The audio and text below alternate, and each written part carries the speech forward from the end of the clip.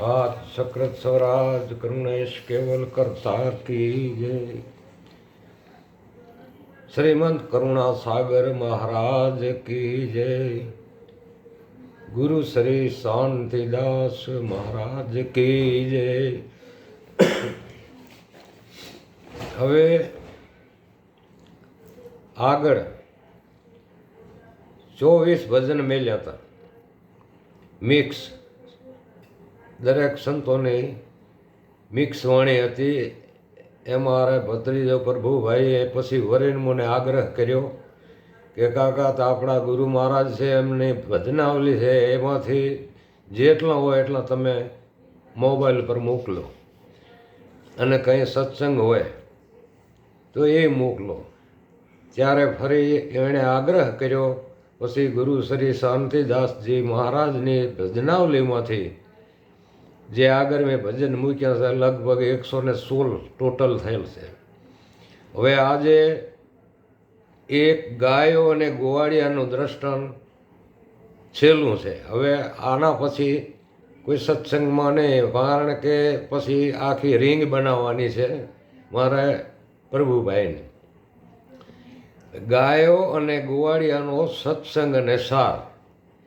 એક ગોવાળિયો ગાયો ચરાવવા સીમમાં જાય છે, ત્યારે ગાયો બીજાના ખેતરમાં ઊભા મોલને ચરતી હોય છે અને ગોવાળિયો આ બધું જોવે છે, પણ ગાયોને વારતો નથી।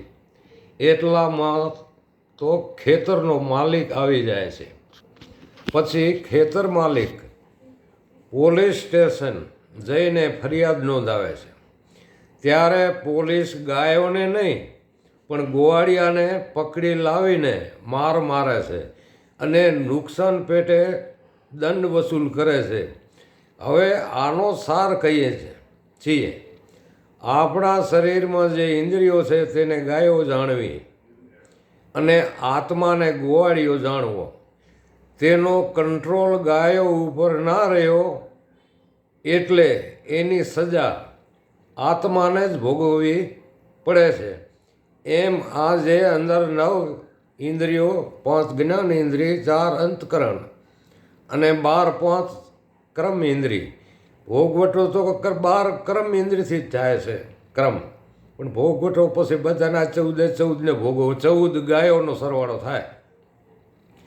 હવે અહીં બીજો ભાગ, મનુષ્યને જગત કરતા 24 કલાકનો પગાર 21,600 રૂપિયા નક્કી કરેલ છે। આપણે 12નું ઉદાહરણ લઈએ। 1 મહિનાનો પગાર 6,48,000 થાય છે, તો 1 વર્ષનો પગાર 77,76,000 થાય છે। તો આ રકમ બહુ મોટી છે। તો આનો ટેક્સ આત્માના મોક્ષ માટે કેટલો ભરીએ છીએ જગત કરતાને?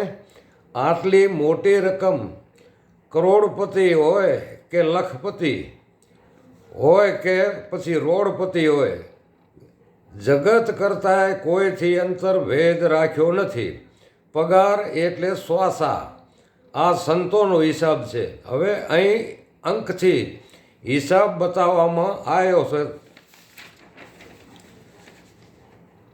અહીં 24 કલાકનો પગાર 21,600, આડો સરવાળો કરીએ તો 9 થાય, એટલે 9 દરવાજાવાળો મનુષ્ય, અને 30 દિવસનો પગાર 6, 4 અને 8 એટલે 18 થાય। 1 ને 8 એ પણ 9 દરવાજાવાળાનો મહિનાનો ગણાય। અને 12 મહિનાનો પગાર 7, 7, 7 ને 6 એ 27 છે, તો 2 ને 7 9 થયો, તો એ 9, તો 9 તેરી 27, તો એ પણ સરવાળો તો 9 જ આવે છે। ઉપર હિસાબમાં 9નો જ અંક આવે છે, 9 દરવાજાવાળાનો।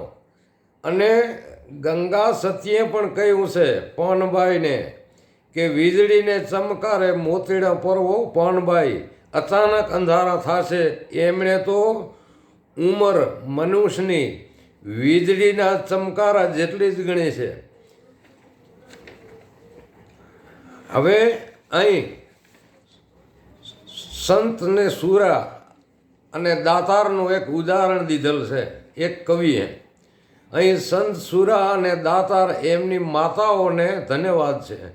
ઉપર જે ત્રણની ઉપમા કવિઓ પાસેથી સાંભળેલ, ઘણા વર્ષ થઈ ગયા, 50-52 વર્ષ, કે શિવાજીને જન્માવવા હોય તો જીજાબાઈની જરૂર પડે, ચેલૈયાને જન્માવવો હોય તો ચંગાવતીની જરૂર પડે, અને ગાંધીજીને જન્માવવા હોય તો પૂતળીબાઈની જરૂર પડે.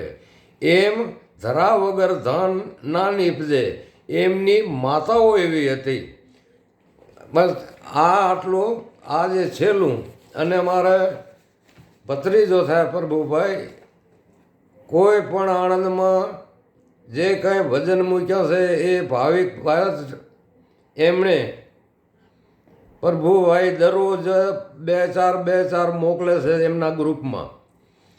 તે બાજીપુરાથી 2-4 ભગત મળ્યા હતા મને, કે તમારા રાતે ભજન સાંભળીએ છીએ, દિવસના નહીં, રાતે એકાંતમાં.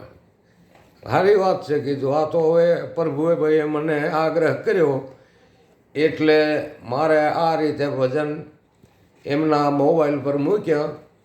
અને અત્યાર સુધી કોણે મને એવું કીધું નથી કે ભાઈ તમે ભજન કંઈક મોકલજો. પણ આ તો એમણે કીધા પછી અમારે ભાઈનો દીકરો થાય. અમારો ભાઈ તો જતા રહ્યા, એ મારાથી મોટો હતો, પણ આ ભત્રીજા પણ બધાય બરોબર જ છે.